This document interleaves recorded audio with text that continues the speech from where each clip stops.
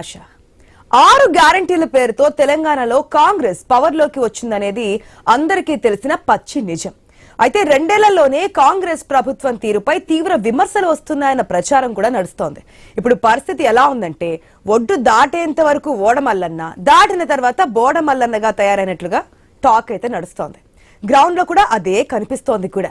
మంత్రులు ఎమ్మెల్యేల మాటలను బట్టి చూస్తే ఈ మధ్య కాలంలో మంత్రులు ఎమ్మెల్యేలు కాంగ్రెస్ హామీలపై విరుద్ధమైన ప్రకటనలు చేస్తున్నారు. కొత్తగా పెళ్లి చేసుకునే వారికి ₹1,00,000తో పాటు తులం బంగారం ఇస్తామని పెద్ద ఎత్తున ప్రచారం చేశారు కాంగ్రెస్ లీడర్స్.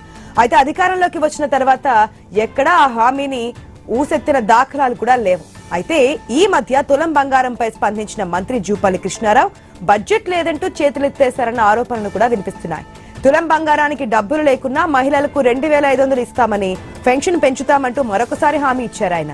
ఎన్నికల ముందు ఈ భారం తెలియదా అన్న ప్రశ్నలు కూడా ఎదురవుతున్నాయి.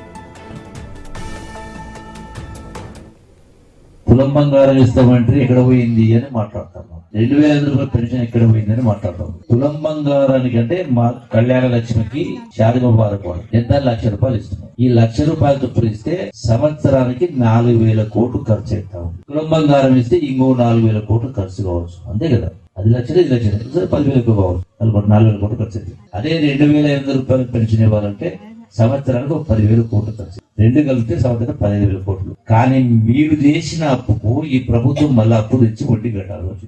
ఎంత 75,000 కోట్లు. మీరు చెప్పినవి ఇవ్వాలంటే 10,000 కోట్లు అయితే ఉంది. కానీ 75,000 కోట్ల రూపాయలు సంవత్సరానికి వడ్డీ కడతా ఉన్నాం. మరి మీరు ఇంత అప్పు చేయకపోయింటే, ఇంత వడ్డీలు కట్టే పరిస్థితి రాకపోయింటే ఇవి అల్తీగా మంత్రి మాటలు అలా ఉంటే మునుగోడు ఎమ్మెల్యే కోమటిరెడ్డి రాజగోపాల్ రెడ్డి కూడా కీలక వ్యాఖ్యలు చేశారు. రాష్ట్ర ఆర్థిక పరిస్థితి అంత బాగోలేదని ప్రజలు అర్థం చేసుకోవాలంటూ చెప్పుకొచ్చారు ఆయన. 2,500 రూపాయలు ఇంకా రాలేదు అన్నారు. పెన్షన్ ఇంకా మా 4,000 ఇస్తామని చెప్పి రాలేదని అన్నారు.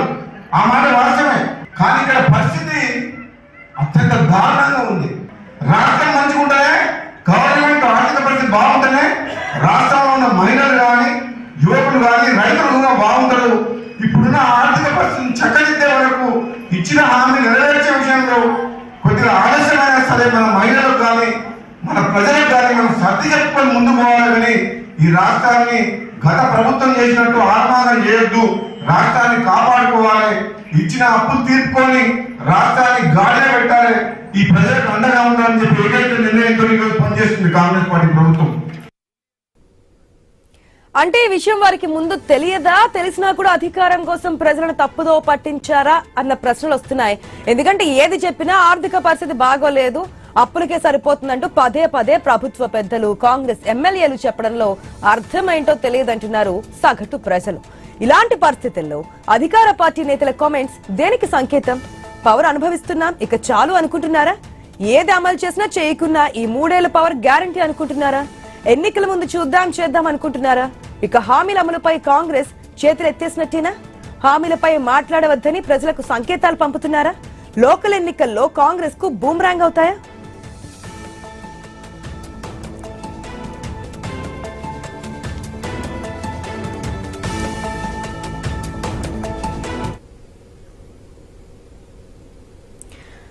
మనం చూస్తున్నాం ఏదైతే కాంగ్రెస్ పార్టీ తెలంగాణలో అధికారం చేజిక్కించుకోవడానికి అనేకమైన హామీలు ఇచ్చారు. ఈ 6 గ్యారంటీలతో పాటు అనేక హామీలు మేము ఇస్తాము ప్రజలకి. అంటే భట్టి విక్రమార్క పాదయాత్ర చేస్తున్నప్పుడు కానీ, లేదంటే ప్రజలకున్న సమస్యలు కానీ చూసిన తర్వాత ఇవన్నీ చేసుకొస్తామని చెప్పారు. కానీ దాంట్లో కొన్ని ప్రధానంగా హైలైట్ అయినటువంటి అంశం మనం చూసాం. దాన్ని ప్రజలు నమ్మారు కూడా, ముందుకెళ్లారు. కానీ ఇప్పుడు అధికారంలోకి వచ్చిన తర్వాత మాట్లాడుతున్నటువంటి మాటలే వేరు. అసలు ఆ రోజుల్లో 100 రోజుల్లోనే చేస్తాము, 100 రోజుల్లోనే ఉద్యోగాలు ఇస్తాము, ఇవన్నీ కూడా ఆ రోజుల్లో జరిగాయి. కానీ ఏది వాస్తవ రూపేణా చేయలేదు. కేవలం ఫ్రీ బస్ మినహాయించి మిగతావి సభలో చెప్పినప్పటికీ ఈ తులం బంగారం కానీ, లేదంటే మహిళలకు ఇస్తాయనే కానీ, స్కూటీలు కానీ ఇవన్నీ ఎక్కడ కనీసం ఇంచు కూడా కదలనటువంటివి అయినా. ఎందుకు ఇదంతా నడుస్తోంది? గతంలో ముఖ్యమంత్రి కూడా చెప్పారు, ఇక్కడ లంకి బిందులు అంటే అనుకుంటే ఖాళీ బిందులే ఉన్నాయి, ఏమీ లేదు ఇక్కడ అని చెప్పారు. ఆ తర్వాత ఇక్కడ ఏమీ లేదు, కావాలంటే మీకే అప్పగిస్తాము, మీరు చేసుకోండి, ఆర్థిక శాఖ ఫినాన్స్ గా ఇక్కడ ఏం కనిపించట్లేదు, అప్పులు కూడా ఎవరు ఇవ్వడానికి సిద్ధంగా లేరన్నారు. ఇప్పుడు మంత్రులు ఎమ్మెల్యేలు కూడా ఇదే స్టేట్మెంట్స్ చేస్తున్నారు. ఎందుకు చేస్తున్నారు? దీని అర్థం ఏంటి? ప్రజలు దీన్ని గమనించరా అనేది ఇప్పుడు వస్తున్నటువంటి ప్రశ్నలు. మా ప్రతినిధి స్వామి సిద్ధంగా ఉన్నారు. రైట్ స్వామి, ఏ విధంగా చూడొచ్చు అంటారు? పదే పదే పదే పదే ఇదే విధమైన కామెంట్స్ మనం చూస్తున్నాం. ఆర్థిక స్థితిగతులు, లేదంటే రాష్ట్ర పరిస్థితి బాగోలేదు, ప్రజలు అర్థం చేసుకోవాలి, లేదంటే గత ప్రభుత్వం మీద తప్పును నెట్టేయడం, ఇదే గమనిస్తున్నాం. ప్రజలు గమనించారు అనుకోవాలా? అంటే ఆశ గత 10 ఏళ్ల కేసీఆర్ పాలనలో ప్రజలకి ఇచ్చినటువంటి అభివృద్ధి సంక్షేమ పథకాల కంటే మెరుగైన పథకాలు మేము ఇస్తాం, మీరు మాకు ఓటు వేయండి అని చెప్పేసి ఎలక్షన్ లో ప్రచారం చేసినటువంటి కాంగ్రెస్ పార్టీ 6 గ్యారంటీలు ఏవైతే కర్ణాటకలో మాదిరిగా తెలంగాణలో హామీ ఇచ్చి అధికారంలోకి వచ్చారో, అధికారంలోకి వచ్చిన తర్వాత రాష్ట్ర ఆర్థిక పరిస్థితి మాకు అందుకు వెసులుబాటు కల్పించట్లేదు, అందుకోసమే మాకు ఇబ్బంది అవుతుందని చెప్పేసి పదే పదే రాష్ట్ర మంత్రులు అధికార యంత్రాంగం వైపు పదే పదే చెప్పాలని ప్రయత్నం చేస్తూ ఉన్నారు. ఇటు అధికార పార్టీకి ఉన్నటువంటి కాంగ్రెస్ పార్టీ మంత్రులంతా కూడా గతంలో చాలా మంది సీనియర్లు గతంలో మంత్రులుగా చేసిన వారు ఉన్నారు, కొత్త వారు ఉన్నారు. రాష్ట్ర ఆర్థిక పరిస్థితిని అంచనా వేయకుండానే ఇన్ని హామీలు ఇచ్చారని చెప్పేసి కూడా ప్రచారం అవుతుంది. గతంలో కేసీఆర్ దళిత బంధుకు 10 లక్షలు ఇవ్వడం, బీసీ బంధు ₹1,00,000 కావచ్చు, వికలాంగుల పెన్షన్లు, ఒకవైపు ఆసరా పెన్షన్లు, రకరకాల స్కీమ్స్ తోటి పెద్ద ఎత్తున కూడా ఓటర్లను ప్రజలను ఆకట్టుకొని 2 సార్లు అధికారంలోకి వచ్చారు. అదే తరహాలో మనం వారికంటే మెరుగైనటువంటి సంక్షేమ పథకాలు రూపొందించి అధికారంలోకి వద్దామని చెప్పేసి కాంగ్రెస్ పార్టీ చేసినటువంటి ఎలక్షన్ స్ట్రాటజీలో ఒకవైపు పెద్ద ఎత్తున కూడా ప్రజలకు వరాలు కురిపించారు. ఒకవైపు హైదరాబాద్ లో భారీ బహిరంగ సభ పెట్టి సోనియా గాంధీని, ఒకవైపు రాహుల్ గాంధీని, ప్రియాంక గాంధీని తీసుకొచ్చి భారీ బహిరంగ సభల ద్వారా 6 గ్యారంటీలు ఇచ్చారు. వాటికి మేము గ్యారంటీ అని చెప్పేసి వారితో ప్రకటించారు. ఒకవైపు రాహుల్ గాంధీ స్వయంగా ఒకవైపు 6 గ్యారంటీల పథకాన్ని దగ్గరుండి వాటిని ప్రారంభించారు. వాటికి సంబంధించినటువంటి విషయంలో ఇప్పుడు ఆర్థికంగా మాకు వెసులుబాటు కావట్లేదు. గత కేసీఆర్ ప్రభుత్వం 7 లక్షల కోట్లకు పైగా అప్పులు చేసింది, వాటికి వడ్డీలు కట్టడానికి మాకు 75,000 కోట్లు అవుతున్నాయి. ఇప్పుడున్న పరిస్థితుల్లో మహిళలకు మహాలక్ష్మి పథకం ఇవ్వాలంటే 2,500 ప్రతి నెల ఇవ్వలేకపోతున్నాము. మహిళలకు గతంలో కేసీఆర్ షాదీ ముబారక్ కళ్యాణ లక్ష్మికి 1,16,000 ఇస్తుంటే మేము దానికి అదనంగా తులం బంగారం కల్పిస్తామని చెప్పేసి పెద్ద ఎత్తున ప్రచారం చేశారు. స్థానికంగా ఉన్నటువంటి రూరల్ మహిళలు కావచ్చు, చాలా మంది మహిళలు కేసీఆర్ కంటే కూడా కాంగ్రెస్ పార్టీ మెరుగైనటువంటి పథకాలు మాకు అమలు చేస్తామంటుంది కాబట్టి వారిని నమ్మి ఓటేశారు. నమ్మి ఓటేసిన తర్వాత మళ్ళీ ఇప్పుడు ఇబ్బంది అవుతుంది. ఇప్పుడు తులం బంగారం అంటేనే 1,30,000 పోయింది, 1,110,000 పక్కన పెట్టి తులం బంగారం కూడా ఇచ్చే పరిస్థితి లేదని చెప్పేసి ఒకవైపు రీసెంట్ గా వి హనుమంతరావు కావచ్చు, ఇటు మరోవైపు ఇటు జూపల్లి కృష్ణారావు కావచ్చు, ఇటు మరోవైపు కోమటిరెడ్డి రాజగోపాల్ రెడ్డి, వీళ్ళందరూ కూడా పదే పదే కామెంట్ చేస్తూ ఉన్నారు. ఇలాంటి పరిస్థితుల్లో ఈ రాష్ట్ర ఆర్థికంగా మాకు వెసులుబాటు కావట్లేదు కాబట్టి ఇప్పుడు మేము వీటిని అంత సులువుగా అమలు చేసే పరిస్థితి లేదు, ప్రజలే అర్థం చేసుకోవాలని చెప్పేసి పరోక్షంగా వీటిని అంత ఈజీగా ఇప్పుడు అమలు చేయడానికి మాకు ఆర్థిక పరిస్థితి వెసులుబాటు కల్పించట్లేదని చెప్పేసి చెప్పకనే చెప్తూ ఉన్నారు. Asha. Right Swamy, thanks for the update. Yes, ఏదైతే నల్గొండ సంబంధించి మాట్లాడేది, ఎందుకంటే మునుగోడు ఎమ్మెల్యే రాజగోపాల్ రెడ్డి ఏది మాట్లాడినా సరే సెన్సేషన్ అవుతుంది అని ప్రభుత్వానికి కూడా విమర్శించినటువంటి దాఖలాలు గతంలో చూసాం. అయితే ఇప్పుడు ప్రజలే అర్థం చేసుకోవాలి, రాష్ట్ర పరిస్థితి ఈ విధంగా ఉంది, అందుకే గతంలో మాదిరిగా కాకుండా ఇప్పుడు ప్రభుత్వం చూసుకొని ముందుకు వెళ్తుంది, కాస్త ఆలస్యమైనా సరే గతంలో మాదిరిగా కాకుండా ముందుకెళ్దామని చెప్పి అంటున్నారు రాజగోపాల్ రెడ్డి. మరి అక్కడ ఉన్నటువంటి సిచ్యువేషన్ అంటే తెలుసుకుందాం. మా ప్రతినిధి కిరణ్ సిద్ధంగా ఉన్నారు. రైట్ కిరణ్, ఏ విధంగా చూడొచ్చు రాజగోపాల్ రెడ్డి కామెంట్స్ ని? అక్కడ ఉన్నటువంటి ప్రజలు స్వీకరించే పద్ధతిలోనే ఉన్నారా? లేట్ అయినా పర్లేదు, మేము అన్ని చూసుకొని పరిస్థితులన్నీ చూసుకొని ముందుకెళ్తాము, ప్రజలు రిసీవ్ చేసుకోవాలంటున్నారు. రిసీవ్ చేసుకోగలే విధంగానే ఉన్నారు ప్రజలు? రైట్ ఆశ, ఓ విధంగా చెప్పాలంటే పంచాయతీ ఎన్నికల వేళ ఆశావాహులకు ఆత్మవిశ్వాసాన్ని కోల్పోయేలా చేస్తుందని కూడా చెప్పొచ్చు. ఎందుకంటే సాక్షాత్తు ముఖ్యమంత్రి రేవంత్ రెడ్డి అన్నారు, లోటు అంటే రాష్ట్రంలో ఆర్థిక బడ్జెట్ ఉందనేటువంటి విషయాన్ని ప్రస్తావించారు. ఇప్పుడు ఇక మంత్రులు ఎమ్మెల్యేల వంతు వచ్చినట్టుగా తెలుస్తా ఉంది.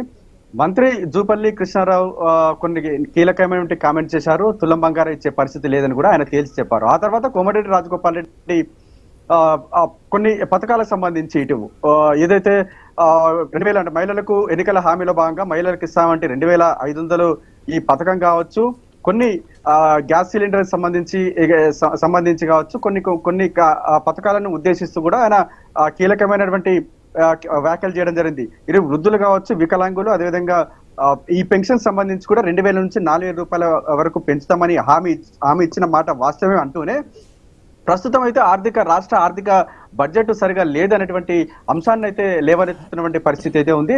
అంటే ఓ విధంగా చెప్పాలంటే ఈ పథకాలు ఇప్పుడు ఇచ్చే పరిస్థితి లేదు, పెన్షన్ పెంచే పరిస్థితి లేదు, 2,500 రూపాయలు ఇచ్చే పరిస్థితి లేదు, తులం బంగారం అసలు ఇవ్వనటువంటి ఒక సంకేతాన్ని కూడా ప్రజలకు ఇస్తున్నట్టు కూడా మనకు స్పష్టంగా అర్థమవుతా ఉంది. మరోవైపు గత బీఆర్ఎస్ ప్రభుత్వం సంబంధించి ఏదైతే ఆ ప్రాజెక్టులకు సంబంధించి ఇంకా దుబారా ఖర్చు చేశాము, అదేవిధంగా లక్షల కోట్లు అప్పు అయినటువంటి నేపథ్యంలో ఆ అప్పులకు సంబంధించి వడ్డీలు కట్టేందుకు మళ్ళీ అప్పులు చేస్తున్నాం అనేటువంటి విషయాన్ని కూడా గుర్తు చేస్తా ఉన్నారు. అంటే ఓవరాల్ గా చూసుకున్నట్లయితే మాత్రం అంటే ఆ రాష్ట్ర ఆర్థిక బడ్జెట్ అంటే ఆర్థిక పరిస్థితి బాగాలేదు. ఆర్థిక పరిస్థితి కుదుట పడేంత వరకు కూడా ఎవరు కూడా ఈ పథకాల గురించి మాట్లాడొద్దు అంటూ ఒక సంకేతం అనుకోవచ్చు, ఒక హెచ్చరిక కూడా అనుకోవచ్చు అనేటువంటి చర్చ అయితే కొనసాగుతున్నటువంటి పరిస్థితి అయితే ఉంది. సరిగ్గా ఈ పరిణామమే ప్రతిపక్ష పంచాయతీ ఎన్నికల వేళ ప్రతిపక్ష నేతలు కూడా క్యాచ్ చేసుకుంటున్న పరిస్థితులు కూడా మనం చూస్తా ఉన్నాం.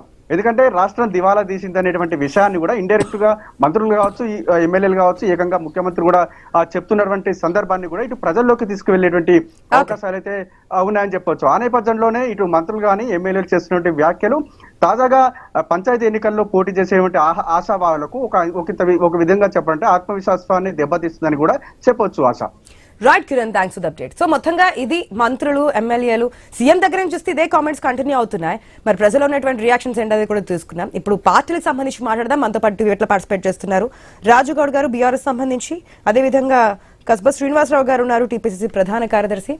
నమస్తే అండి, welcome to the show. First గా మనం కాంగ్రెస్ పార్టీకి సంబంధించి సమాధానం తెలుసుకుందాం. శ్రీనివాసరావు గారు నమస్తే అండి. నమస్తే అండి.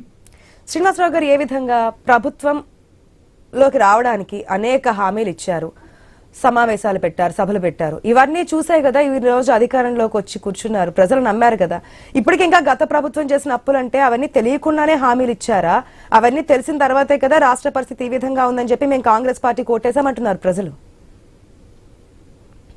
సో మీకు మరి మాతో పాటు ప్యానెల్లో ఉన్న మిత్రులకు, ఐటీవీ వీక్షకులకు అందరికీ కూడా నమస్కారం. ప్రధానంగా కాంగ్రెస్ పార్టీ అధికారంలోకి రావడానికి హామీలు ఇచ్చింది. అది ఎన్నికల్లో సాధారణంగా అందరు చేసేటువంటి ప్రక్రియ.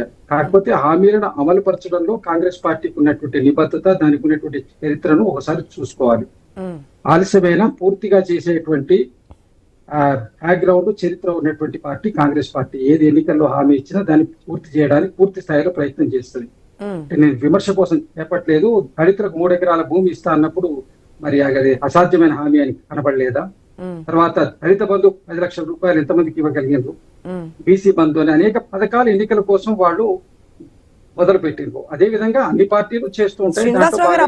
మీరు కూడా కాంగ్రెస్ పార్టీ ప్రతిపక్షంలో ఉన్నప్పుడు క్వశ్చన్ చేశారుగా, దళితుని ముఖ్యమంత్రిని చేస్తున్నారు, 3 ఎకరాల భూమి ఇస్తున్నారు, ఇవన్నీ కూడా మోసం చేశారంటూ కూడా కారు పార్టీని ఏ విధంగా ప్రచారంలో ఉపయోగించుకోవాలో అన్ని రకాలుగా కూడా ఉపయోగించుకునే కదా ప్రజల్లో బీఆర్ఎస్ కాంగ్రెస్ ప్రభుత్వం మీద నమ్మకం కలిగింది.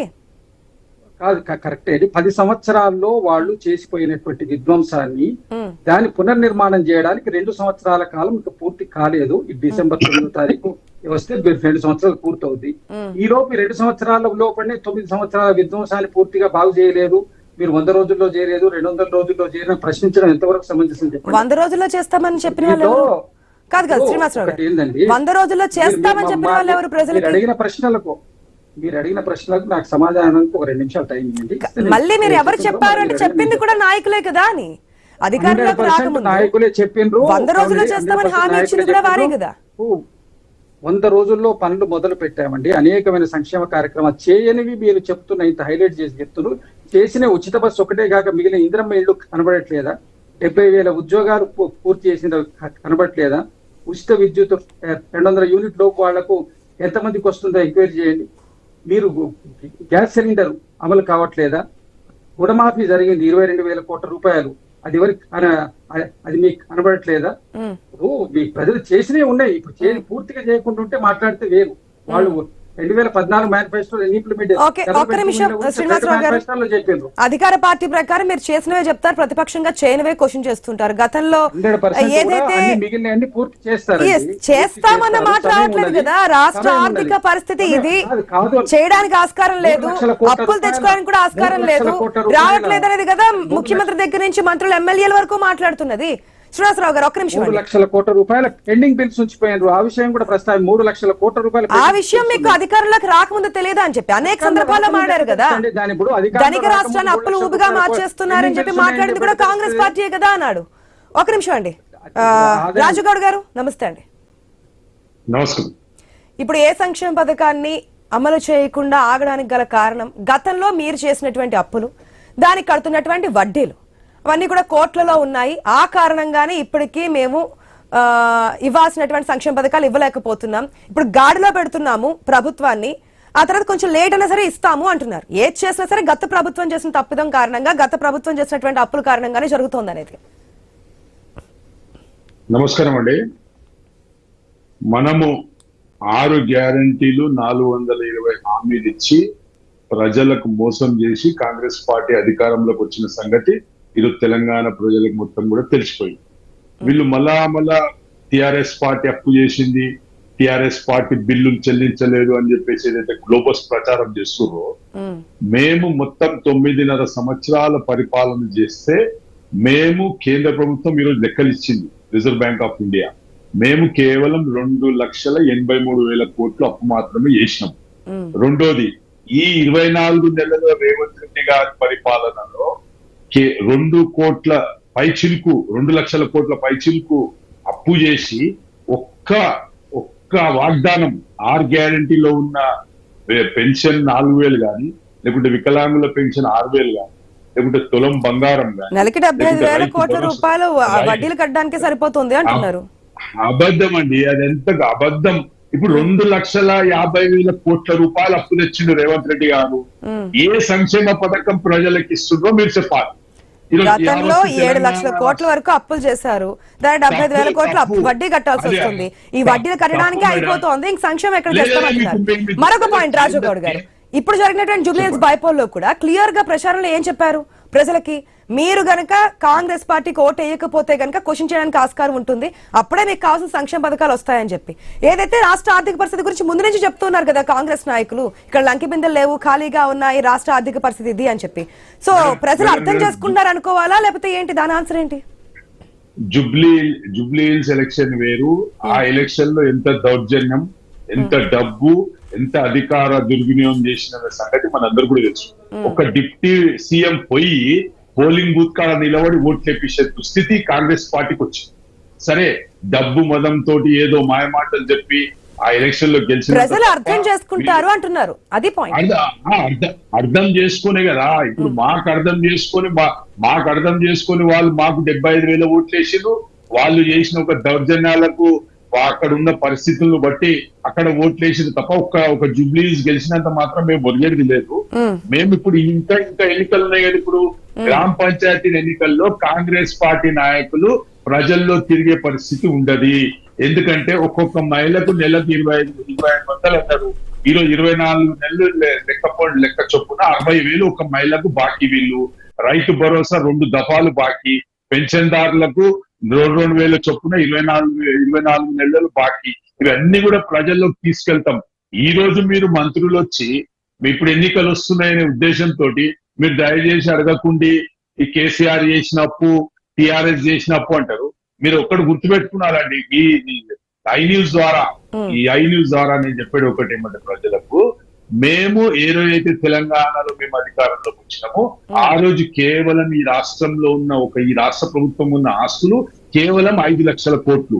కానీ మేము ఎప్పుడైతే అధికారం వదిలేసినప్పుడు 2023 నాడు 50 లక్షల కోట్ల ఆ ఆస్తిని, సంపదని తెలంగాణకు సృష్టించిన సంగతి మీకు తెలుసు.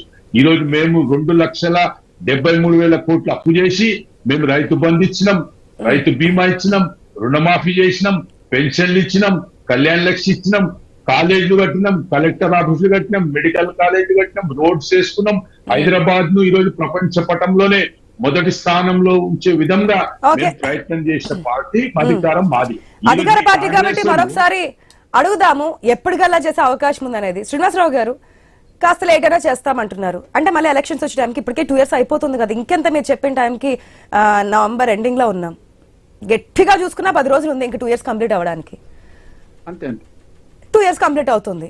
లాస్ట్ 1 year ఎన్నికల హడావిడి అప్పుడే ఉంటుంది, ఇంక మిగిలింది 2 సంవత్సరాలు చేస్తాము అంటున్నారు. ఎప్పటికి చేస్తారు? హామీలు అమలు పరుస్తారు. ఈ 2 సంవత్సరాల్లో పూర్తి హామీలు అంచెలంచెలుగా పూర్తి చేస్తాం. హామీలు ఇవ్వని కూడా అనేక అంశాలు చేస్తూ వచ్చినాం. సన్న బియ్యం అనేది మేము ఎన్నికల్లో ఇచ్చినటువంటి హామీ కాదు. రేషన్ కార్డ్స్ అందరికి అందినాయి. ఇందిరమ్మ ఇల్లు మొదటి దఫా అయిపోయింది, 2వ దఫా ఇల్లు కూడా 4 రోజుల్లో ప్రారంభం కాబోతున్నాయి. 10 సంవత్సరాల నుంచి ఇల్లు ఇవ్వలేదు కానీ డబుల్ బెడ్రూమ్ ఇళ్ల గురించి చెప్పుకుంటూ 2 టర్మ్స్ ఎన్నికలు రేషన్ కార్డ్స్ ఇవ్వలేదు. మరి ఇప్పుడైతే మేము ఇప్పుడు రాష్ట్ర ఆర్థిక పరిస్థితి బాగోలేదు అంటున్నారు కదా, సీఎం దగ్గర నుంచి మంత్రులు, ఎమ్మెల్యేలు, కాంగ్రెస్ సంబంధించినటువంటి ప్రజాప్రతినిధులందరూ కూడా గతంలో చేసినటువంటి పాలన కారణంగా, అప్పుల కారణంగా వడ్డీలు కడుతూ రాష్ట్ర ఆర్థిక పరిస్థితి ఇది అని చెప్పి ప్రజలకు చెప్తున్నాం అంటున్నారు. మరి ఎందుకు అనవసరమైన ఖర్చులు? ఇప్పుడు మహిళలకి చీరలు పంపిణీ చేస్తున్నారు, దానికి కొన్ని కోట్లు ఖర్చు అవుతున్నాయి కదా, దాన్ని తీసుకొచ్చి రాష్ట్ర డెవలప్మెంట్ కు ఉపయోగించవచ్చు కదా, లేదంటే ప్రజలకు ఉపయోగపడే విధంగా చేయొచ్చు కదా, మేము అడగట్లేదు కదా అంటున్నారు ప్రజలు. మాకు చీరలు కావాలని చెప్పి మేము అడగడం లేదు కదా అనేది. ఆ మాట ప్రతిపక్షాలకు చెప్పమనండి. ప్రతిపక్షాలకు ఇవెందుకు ఇస్తుంటారు, అవెందుకు ఇస్తుంటారు, ఏది అవసరమో వాళ్ళను రిపోర్ట్. ఇప్పుడు అనుభవజ్ఞులైనటువంటి మాజీ ముఖ్యమంత్రి వర్యులు, వారి దేశంలోనే ఒక ప్రముఖమైనటువంటి నాయకుడు కేసీఆర్ గారు, వారు వచ్చి అసెంబ్లీకి వచ్చి వారు ఇవాళ గవర్నమెంట్ సూచనలు ఇవ్వచ్చు కదా. ప్రధాన ప్రతిపక్ష నేత హోదాలో ఉన్నారు. ఒకవేళ తప్పులు చేస్తుంటే ప్రభుత్వానికి పూర్తిగా ఎత్తి చూపాల్సినటువంటి అనుభవము, స్థాయి అండ్ ప్రభుత్వంగా ప్రజలు కల్పించినటువంటి స్థానం కలిగినటువంటి వ్యక్తి కేసీఆర్ గారు. మరి అంటే ప్రతిపక్షం సలహాలు ఇస్తే గవర్నమెంట్ నడిపిస్తామంటారా? అవును, ప్రతిపక్షం సలహాలు తీసుకొని గవర్నమెంట్ సలహాలు తీసుకోవడంలో తప్పులేదు. చాలా సందర్భాల్లో అసెంబ్లీ సాక్షిగానే రేవంత్ రెడ్డి కూడా చెప్పారు, రండి కేసీఆర్ రండి ఇక్కడ కూర్చోండి, సలహాలు ఇవ్వండి, తీసుకుంటామని చెప్పి. కానీ ప్రతిపక్షం సలహాలు ఇస్తేనే గవర్నమెంట్ నడిపిస్తాం అనేది కాదు కదా. ప్రజలకు ఏది ముఖ్యం అది కదా కావాల్సింది. మీరు లిస్ట్ చేస్తే కాదు, అటల్ బిహారీ వాజ్పేయి గారిని ప్రతిపక్ష నాయకుడిని ప్రపంచ దానికి యుఎన్ఓకు పంపించినటువంటి సంస్కృతి కలిగినటువంటి ప్రజాస్వామ్య దేశం ఇది. దీంట్లో కాంగ్రెస్ పార్టీకి ప్రతిపక్షాన్ని గౌరవించేటువంటి విధానం ఉన్నది. కేసీఆర్ గారు ఒక చిన్న డౌట్, ఒకవేళ మీరు అన్న విధంగా కేసీఆర్ వచ్చి సంక్షేమ పథకాలన్నీ అమలు చేయండి, ఇది కావాలి, గతంలో నేను కళ్యాణ లక్ష్మి ఇచ్చాను, మీరు తులం బంగారు అన్నారు, స్కూటీలు అన్నారు, లేదంటే నిరుద్యోగ యువతకి ఇది అన్నారు, ఇవన్నీ చేస్తా అన్నారు, చెయ్యండి అంటే కనుక మిగతా అన్ని పక్కన పెట్టి ప్రభుత్వం చేయడానికి సిద్ధంగా ఉందా? దాని ప్రయారిటీస్ అనేది వాళ్ళు కూర్చొని చర్చించడంలో తప్పులేదు కదా. ప్రజల పక్షం మాట్లాడడం ప్రతిపక్ష నాయకుడి యొక్క పాత్ర. ఆయన పాత్ర ఆయన పోషించమని చెప్తున్నాం. వచ్చి కూర్చుంటే మీ ప్రయారిటీ కనుక అదే అనేది తేలితే వస్తుంది కదా. ప్రజల దగ్గర నుంచి కొంతమంది విశ్లేషకుల దగ్గర నుంచి వస్తున్నటువంటి ప్రశ్న ఏంటంటే, కాంగ్రెస్ గవర్నమెంట్ ఆలస్యంగా ఇస్తాం అంటున్నారంటే సారీ ఎన్నికల ముందు ప్రజలను మభ్యపెట్టడానికి ఒక 1 year ముందు 1.5 year ముందు ఇవన్నీ చేస్తారు. సో ఇది ప్లానింగ్ ప్రకారం జరుగుతుంది అంటారు. ఏమంటారు శ్రీనివాసరావు గారు? పొరపాటు అండి. కాంగ్రెస్ పార్టీ వనరులు పూర్తిగా లేకపోవడం, వనరులు అందుబాటులో సరిగా లేకపోవడం, కేంద్రం నుంచి సరైనటువంటి సహకారం అందకపోవడం, దీని కారణం చేతనే ఏమన్నా ఆలస్యం అవుతున్నాయి తప్ప వాళ్ళు మెట్రో రైలు ఇంతవరకు క్లియర్ చేయలేదండి. కేంద్ర ప్రభుత్వం మెట్రో అభివృద్ధికి సంబంధించినటువంటిది వాళ్ళు ఏది కూడా కేంద్రం నుంచి సరైన సహకారం అందట్లేదు. కాబట్టి జరిగే దాంట్లో జాప్యం జరుగుతుంది. మన సొంతంగా కూడా వనరులు సమకూర్చుకొని మిగిలినటువంటి 3 సంవత్సరాల కాలంలో కూడా నిధులు సమకూరితే సంక్షేమ పథకాలు అమలు అవుతాయి, లేదంటే లేదు. Final comments please. రాజు ఇప్పుడు సమకూర్చి చేస్తామని చెప్తున్నామండి. ఫైనల్ స్టేట్మెంట్ ప్లీజ్ రాజుగౌడ్ గారు. 100% ఎన్నికల్లో 6 గ్యారెంటీలు ఇచ్చినటువంటి అన్ని కూడా మేము పూర్తి చేస్తామనేది ప్రభుత్వం యొక్క చిత్తశుద్ధితో ప్రయత్నం చేస్తాం. రాజుగౌడ్ గారు, మేడం వీళ్ళు 6 గ్యారెంటీలు చేయరు, 420 హామీలు చేయరు. ఓన్లీ ఈ రాష్ట్రానికి అమ్మేసి 6వ ట్యాక్స్ కట్టడానికి ఈరోజు సిద్ధంగా ఉన్నారు. మీరు చూసినట్లయితే ఈ రోజు 5 లక్షల కోట్ల ఒక భూమిని రెగ్యులరేషన్ పేరు ఈరోజు దోచుకునే ప్రయత్నం.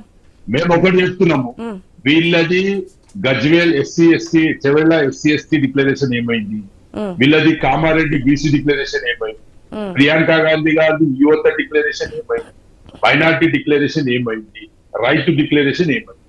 ఈ 6 డిక్లరేషన్ల ఏది ఒక్కటన్నా కంప్లీట్ గా పూర్తిగా చేసిన ముఖం వీళ్ళు కాంగ్రెస్ పార్టీ వాళ్ళకు ఉన్నదా ఒకసారి ప్రజలు ఆలోచన చేస్తున్నారు.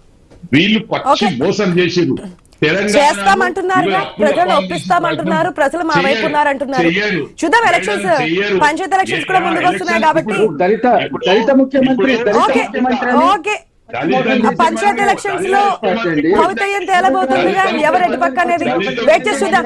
Thank you so much Srinivasarao garu, Rajugoud గారు. మొత్తంగా ఈ 6 గ్యారెంటీలకు సంబంధించి ప్రజల ఒపీనియన్ ఏంటి అనేది రాబోయే రోజుల్లో కూడా తెలిసే అవకాశం ఉంది. ఇంకా ఎన్ని కామెంట్స్ వస్తాయి, ఏ విధంగా ఉందనేది కూడా వెయిట్